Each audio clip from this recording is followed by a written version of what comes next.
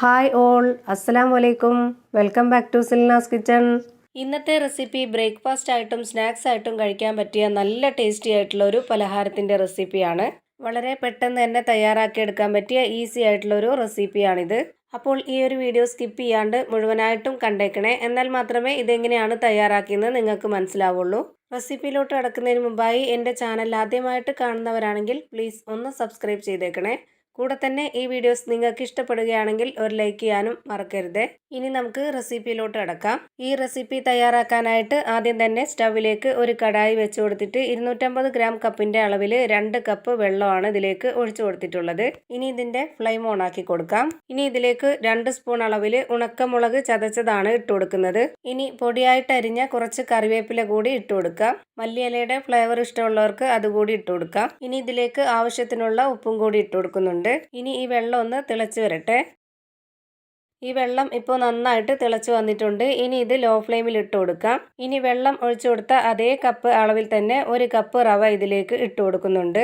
റവ ഇട്ട് കൊടുക്കുന്നതിനോടൊപ്പം തന്നെ ഇത് നന്നായിട്ടൊന്ന് ഇളക്കി കൊടുക്കുകയും ചെയ്യുന്നുണ്ട്. അല്ലാന്നുണ്ടെങ്കിൽ കട്ട പിടിക്കും.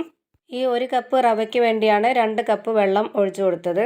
റവ എടുക്കുമ്പോൾ റവ 1 കപ്പിൻ്റെ മുകളിലായിട്ട് തോനെ ഉണ്ടെങ്കിലും അതുപോലെ തന്നെ നമ്മൾ 1 കപ്പിൻ്റെ കുറച്ച് താഴെ ഉണ്ടെങ്കിലും വെള്ളത്തിൻ്റെ അളവും വ്യത്യാസം വരും. അപ്പോൾ അതിനനുസരിച്ച് വെള്ളം കൂട്ടിയും കുറച്ചൊക്കെ എടുക്കേണ്ടി വരും. സാധാരണ ഉപ്പുമാവ് ഉണ്ടാക്കുന്നതിനേക്കാളും കുറച്ചുകൂടി ലൂസായിട്ട് വേണം ഇത് റെഡിയാക്കി എടുക്കാൻ. ഇപ്പോൾ ഈ റവ വെന്ത് കിട്ടിയിട്ടുണ്ട്. ഇത് വെന്ത് കഴിയുമ്പോൾ ഇതുപോലൊരു മാവ് പരുവത്തിലായിരിക്കണം ഇരിക്കേണ്ടത്.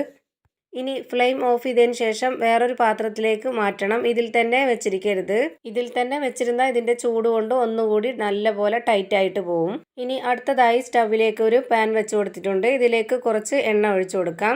എണ്ണ നന്നായിട്ടൊന്ന് ചൂടായി വന്നതിന് ശേഷം ഇതിലേക്ക് കുറച്ച് കടുക് ഇട്ട് കൊടുക്കാം. കടുക് നന്നായിട്ടൊന്ന് പൊട്ടി വന്നതിന് ശേഷം ഇനി ഇതിലേക്ക് ഒരു നുള്ള് ജീരകപ്പൊടി ഇട്ട് കൊടുക്കാം. നല്ല ജീരകത്തിൻ്റെ പൊടിയാണ് ഇട്ട് കൊടുത്തിട്ടുള്ളത്. മുഴുവനെ ആണെന്നുണ്ടെങ്കിൽ അങ്ങനെ ഇട്ട് കൊടുത്താലും മതി. ഇനി ഇതിലേക്ക് 3 അല്ലി വെളുത്തുള്ളിയും ചെറിയ കഷ്ണം ഇഞ്ചിയും ഇതുപോലെ പൊടിയായിട്ട് അരിഞ്ഞത് ഇതിലേക്ക് ഇട്ട് കൊടുക്കുന്നുണ്ട്. ഇനി പൊടിയായി കട്ട് ചെയ്തെടുത്തിട്ടുള്ള 2 പച്ചമുളക് ഇതിലേക്ക് ഇട്ട് കൊടുത്തിട്ടുണ്ട്. ഇനി ഇതിലേക്ക് കുറച്ച് കറിവേപ്പില ഇട്ട് കൊടുക്കാം. അടുത്തതായി ഇനി ഇതിലേക്ക് ഒരു സബോള കട്ട് ചെയ്തെടുത്തതും കൂടി ഇതിലേക്ക് ഇട്ട് കൊടുക്കുന്നുണ്ട്. ഇനി ഇതെല്ലാം ഒന്ന് ഇളക്കി കൊടുക്കുന്നുണ്ട്. ഇനി ഇതിലേക്ക് 1 സ്പൂൺ അളവിൽ മുളക് പൊടി ഇട്ട് കൊടുക്കാം. ഇനി ഒരു നുള്ള് ഗരം മസാലപ്പൊടിയും ഒരു നുള്ള് പെരിഞ്ജീരകപ്പൊടിയും ഇട്ട് കൊടുക്കുന്നുണ്ട്. ഇനി ആവശ്യത്തിനുള്ള ഉപ്പും കൂടി ഇട്ട് കൊടുത്തതിന് ശേഷം ഇത് നന്നായിട്ടൊന്ന് ഇളക്കി യോജിപ്പിച്ച് കൊടുക്കാം. ഇനി ഈ മസാലയുടെയൊക്കെ പച്ചമണം ഒന്ന് മാറി കിട്ടാനും ചെറുതായിട്ടൊന്ന് വെന്ത് കിട്ടാനും വേണ്ടി ഇത് 1 മിനിറ്റ് നേരം ഒന്ന് അടച്ചു വെച്ചേക്കാം. നല്ലോണം വെന്ത് കുഴഞ്ഞ് കിട്ടണ്ട, ചെറുതായിട്ടൊന്ന് വാടി കിട്ടിയാൽ മാത്രം മതി. 1 മിനിറ്റിന് ശേഷം ഇതിൻ്റെ അടപ്പൊന്ന് തുറന്ന് നോക്കാം. ഇപ്പോൾ ഇത് റെഡിയായി കിട്ടിയിട്ടുണ്ട്. ഇതുപോലെ ചെറുതായിട്ടൊന്ന് വാടി കിട്ടിയാൽ മാത്രം മതി. ഇനി ഞാൻ ഇതിലേക്ക് 3 വലിയ ഉരുളക്കിഴങ്ങ് വേവിച്ചുടച്ചതാണ് ഇതിലേക്ക് ഇട്ട് കൊടുക്കുന്നത്. ഇത് മുഴുവനായും ഇതിലേക്ക് ഇട്ട് കൊടുത്തതിന് ശേഷം ഇത് നന്നായിട്ടൊന്ന് മസാലയായിട്ട് ഇളക്കി യോജിപ്പിച്ചെടുക്കാം. ഒട്ടും തന്നെ വെള്ളമൊന്നും ചേർത്ത് കൊടുക്കാതെ ഇതുപോലെ നന്നായിട്ടൊന്ന് ഇളക്കി യോജിപ്പിച്ചെടുക്കണം. ഇനി ഈ മസാലയും കിഴങ്ങുമായിട്ട് നന്നായിട്ടൊന്ന് യോജിച്ച് കിട്ടാൻ വേണ്ടി ഒരു 2 മിനിറ്റ് നേരം ഇതൊന്ന് അടച്ചു വെച്ച് വേവിച്ചെടുക്കാം. ഇത്രയും മതി. ഇപ്പോൾ കിഴങ്ങും മസാലയായിട്ട് നന്നായിട്ട് യോജിച്ച് കിട്ടിയിട്ടുണ്ട്. ഇനി ഇതിൻ്റെ ഫ്ലെയിം ഓഫ് ചെയ്യാം. അടുത്തതായി നേരത്തെ റെഡിയാക്കി വെച്ചിട്ടുള്ള റവയുടെ മാവ് എടുത്തിട്ടുണ്ട്. ഇപ്പോൾ ഞാൻ കയ്യിൽ കുറച്ച് വെള്ളം ആക്കിയിട്ടുണ്ട്. ഇത് ഒട്ടിപ്പിടിക്കാതിരിക്കാൻ വേണ്ടിയിട്ടാണ്. ഇനി ഇതിന് കുറച്ച് മാവ് എടുത്തിട്ട് കയ്യിൽ ഇതുപോലെ ആദ്യം ഒന്ന് ബോൾസ് ആക്കി എടുക്കാം. ഇങ്ങനെ ചെയ്തെടുക്കുമ്പോൾ അതിൽ അഥവാ കട്ടകളൊക്കെ ഉണ്ടെങ്കിൽ അത് നന്നായിട്ട് ഉടഞ്ഞ് നല്ല പോലെ റെഡിയായി കിട്ടും. അതിന് വേണ്ടിയിട്ടാണ് ഇങ്ങനെ കയ്യിൽ വെച്ചിട്ടൊന്ന് ആദ്യം ബോൾസ് ആക്കി എടുക്കുന്നത്. ഇതുപോലെ ബോൾസ് ആക്കി എടുത്തതിന് ശേഷം ഇനി ഇതൊന്ന് കയ്യിൽ വെച്ച് നന്നായിട്ടൊന്ന് പ്രസ് ചെയ്തെടുക്കാം. എന്നിട്ട് ഈ മാവ് ഇതുപോലെ കൈവച്ചൊന്ന് നന്നായി പരത്തി ഈ നടുഭാഗം ഒന്ന് കുഴിയാക്കിയതിന് ശേഷം നേരത്തെ റെഡിയാക്കി വെച്ചിട്ടുള്ള കിഴങ്ങിൻ്റെ മിക്സ് ഇതിലേക്ക് കുറച്ച് വെച്ച് കൊടുക്കാം.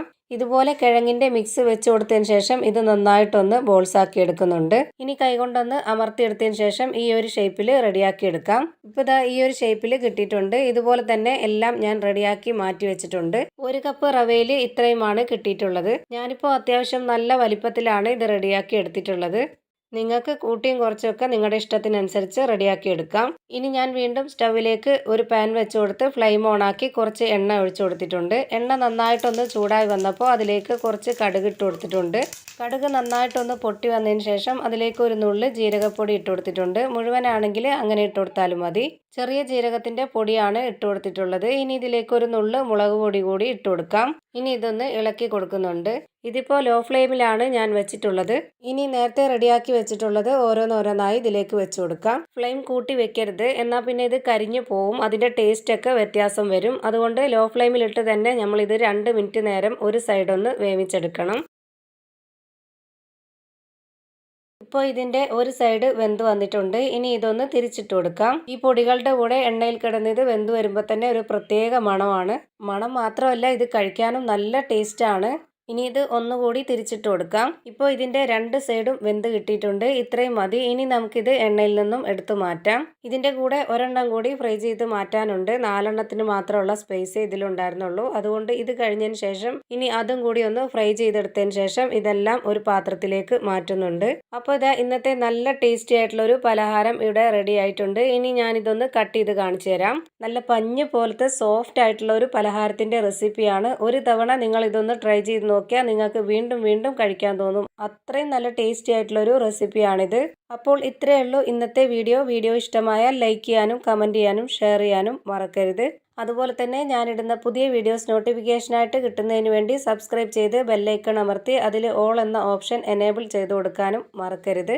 പുതിയൊരു വീഡിയോയുമായി വീണ്ടും വരും. Thank you for watching.